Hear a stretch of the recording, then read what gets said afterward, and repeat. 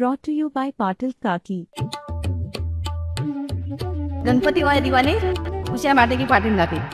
केंद्रीय निवडणूक आयोगाने महाराष्ट्रामध्ये विधानसभा निवडणुकीची घोषणा करण्यापूर्वी राज्यपालांनी काही आमदारांची नियुक्ती केलेली आहे. त्यामध्ये भाजपचे नेता चित्रा वाघ आणि बाबूसिंग महाराज जे बंजारा समाजाचे श्रद्धास्थान म्हणून मानले जातात, गुरु महंत मानले जातात, त्यांची सुद्धा नियुक्ती विधान परिषदेच्या आमदार पदावरती करण्यात आली आहे. विदर्भामध्ये लोकसभा निवडणुकीमध्ये भाजपला ज्या पद्धतीने फटका बसला, डीएमके फॅक्टरची चर्चा झाली आणि त्यानंतर बंजारा समाजातल्या एका महंताला आमदारपदी नियुक्ती करण्याचा निर्णय जो भाजपने घेतला, त्यावरून आता राजकीय चर्चा सुरू झाली आहे. याचं कारण विधानसभा निवडणुकीपूर्वी बंजारा समाजाचाही साधण्याचा प्रयत्न भाजपकडून होतोय.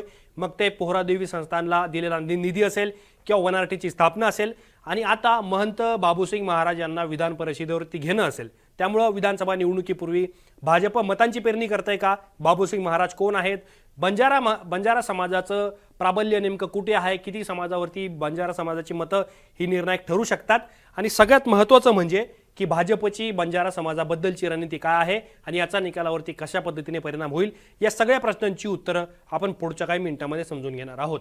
नमस्कार, मी आतिक आणि मुंबई तकमध्ये तुम्हा सर्वांचं स्वागत आहे. आता विधानसभा निवडणुकीमध्ये विदर्भातील बंजारा समाजाचा प्रभाव किती आहे, किती जागांवरती बंजारा समाज हा निर्णायक ठरू शकतो, हे आपण सुरुवातीला समजून घेणार आहोतच. परंतु त्यापूर्वी जे आमदार झालेले आहेत महंत बाबूसिंग महाराज, ते नेमके कोण आहेत हे आपण पाहूयात. संत रामराव महाराज जे बंजारा समाजाचे अत्यंत श्रद्धास्थान म्हणून त्यांचं स्थान होतं, त्यांचे ते उत्तराधिकारी मानले जातात. त्याचबरोबर जी बंजारा समाजाची काशी म्हणून ओळखले जातं, म्हणजेच पोहरादेवी संस्थान आहे, त्या मठाचे ते मठाधिपती आहेत. बंजारा समाजात बाबूसिंग महाराजांचं स्थान हे अत्यंत महत्त्वाचं आहे. त्यांच्या शब्दाला वजन आहे, त्यांचा शब्द हा अखेरचा मानला जातो. शक्तिपीठाचे सुद्धा ते प्रमुख आहेत आणि गोरपीठाची जी परंपरा आहे, जी पूर्वीच्या संतांकडून चालवली जाते, तिथून ते ही परंपरा घेऊन पुढे जात आहेत आणि त्यांचा जो होल्ड आहे तो संपूर्ण बंजारा समाजावरती असल्याचं मानलं जातं. महाराष्ट्रासह मध्य प्रदेश असेल, छत्तीसगड असेल किंवा खाली आंध्र तेलंगणा असेल, या ज्या वेगवेगळ्या राज्यांमधील जिल्ह्यांमध्ये बंजारा समाज विखुरलेला आहे, त्या बंजारा समाजाला एकत्र आणण्याचं काम पोहरादेवीच्या माध्यमातून या उत्तराधिकारी म्हणजेच बाबूसिंग महाराज यांच्याकडून करण्यात येतं. आता बाबूसिंग महाराज यांना भाजपने विधान परिषदेवरती संधी दिली, अर्थात ती नियुक्ती जरी राज्यपालांच्या माध्यमातून झालेली असली तरी सुद्धा विधानसभा निवडणुकीपूर्वी भाजपने ही राजकीय मतपेरणी केलेली आहे.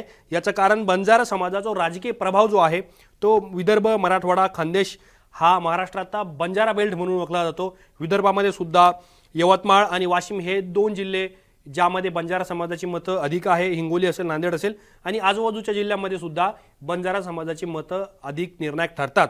महाराष्ट्राच्या 45 विधानसभा मतदारसंघामध्ये बंजारा समाजाची मतं ही निर्णायक ठरतात आणि आजूबाजूचे जे सीमावर्ती भाग महाराष्ट्राचे आहे, मग ते गडचिरोलीचा भाग असेल किंवा खाली आंध्र तेलंगणाचा असेल, वरती मध्य प्रदेशचा असेल, या सीमा भागांमध्ये सुद्धा बंजारा समाजाच्या मतांचा चंक हा मोठा असल्याचं आपल्याला पाहायला मिळतंय.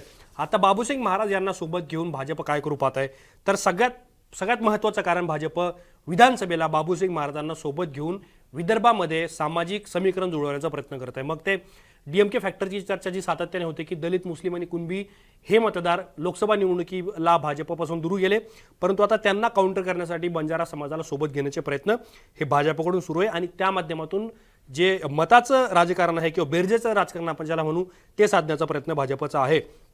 त्याचबरोबर आता यापूर्वीची जे बंजारा नेत्यांची जी फळी होती ती प्रामुख्याने काँग्रेस असेल, राष्ट्रवादी असेल किंवा शिवसेना शिंदे गट असेल, या पक्षांकडे होती. पण आता महंतांना आमदारकी देऊन भाजपने एक प्रकारे बंजारा नेत्यांची एक फळी निर्माण करण्याचा प्रयत्न केला आहे आणि पोहरादेवीच्या संत महंत जे आहेत प्रमुख बाबूसिंग महाराज यांना आमदारकी देऊन भाजपने संजय राठोड जे शिवसेना शिंदे गटाचे नेते आहेत आणि राज्याच्या कॅबिनेटमध्ये मंत्री देखील आहेत, त्यांना सुद्धा राजकीय श्रेय देण्याचा प्रयत्न हा भाजपने केलेला आहे. आणि ज्या पद्धतीने मराठवाडा आणि विदर्भाच्या काही भागांमध्ये मराठा आंदोलनामुळे भाजपला लोकसभा निवडणुकीमध्ये फटका बसला, तो फटका विधानसभेला बसू नये आणि जर तशा पद्धतीची स्थिती झाली तर मग आपल्याला जी मतांची जुळवाजुळव करावी लागेल, त्या स्थितीमध्ये बंजारा समाजाची मतं ही निर्णायक ठरतील, अशा पद्धतीने भाजपने रणनीती आखलेली आहे. आणि या समाजाचं पोहरादेवी संस्थांचं जे महत्त्वाचं आणि सर्वोच्च जे पद आहे, महंत बाबूसिंग महाराज यांना सोबत घेऊन एक प्रकारे संपूर्ण समाजाला सोबत घेण्याचा प्रयत्न भाजपने केलेला आहे. बाबूसिंग महाराज यांना जरी सोबत घेतलेलं असलं तरी भाजपने पोहरादेवी विकास आराखडा हाती घेतलेला आहे, त्यासाठी भरीव निधी सुद्धा दिलेला आहे. आणि इतकंच नाही तर बार्टीच्या धर्तीवरती वनआरटीची स्थापना ही सरकारने केलेली आहे. म्हणजे बंजारा समाजातील जे विद्यार्थी असतील, जे शिकण्यास इच्छुक आहेत, नोकऱ्यामध्ये येऊ पाहतात, त्या तरुणांना प्रशिक्षण देणं आणि त्यांच्या शिक्षणासाठीची देखरेख करणं, ते खर्च करणं, हे सुद्धा आता सरकारकडून करण्यात येणार आहे.